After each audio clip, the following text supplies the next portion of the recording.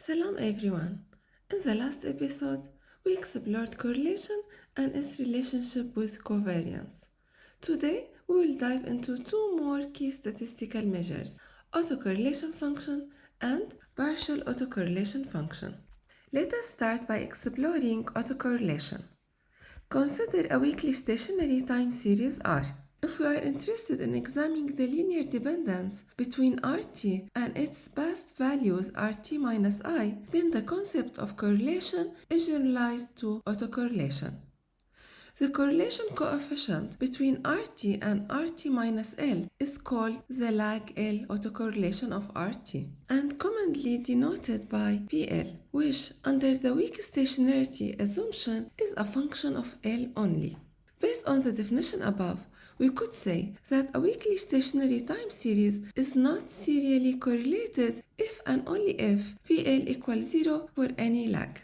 Lag L autocorrelation can be calculated using autocorrelation function or shortly ACF. In the following example, we plot the ACF for a time series. The ACF plot shows autocorrelation values for a range of lags. The horizontal axis represents the lag value, which is the number of time steps by which the time series is shifted. In this example, lag 40 compares each value with the value 40 steps before. The vertical axis represents the autocorrelation value, which ranges from -1 to 1. The value 1 means perfect positive correlation. The series at lag L is perfectly related to itself. -1 value means perfect negative correlation. The series at lag L is perfectly inversely related to itself. Value 0 means no correlation. The series at lag L is uncorrelated with itself. Bars. Each vertical bar in the plot corresponds to the autocorrelation at a specific lag. The height of the bar represents the strength of the correlation. The shaded region, or sometimes visualized as dashed lines, indicates a confidence interval.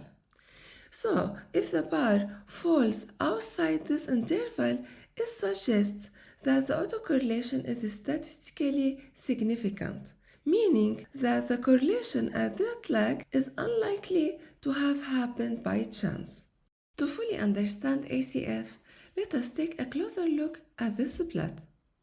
The first point in the ACF plot represents the correlation at lag 0, which is simply the correlation of the time series with itself.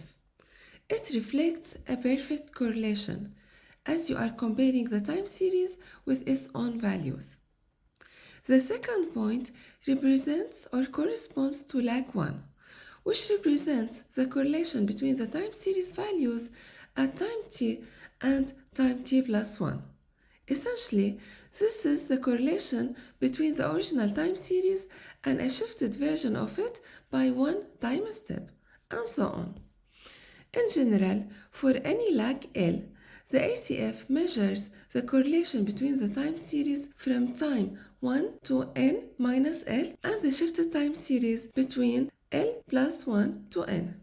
The window size used to calculate the autocorrelation at lag L is n minus L, where n is the total number of data points.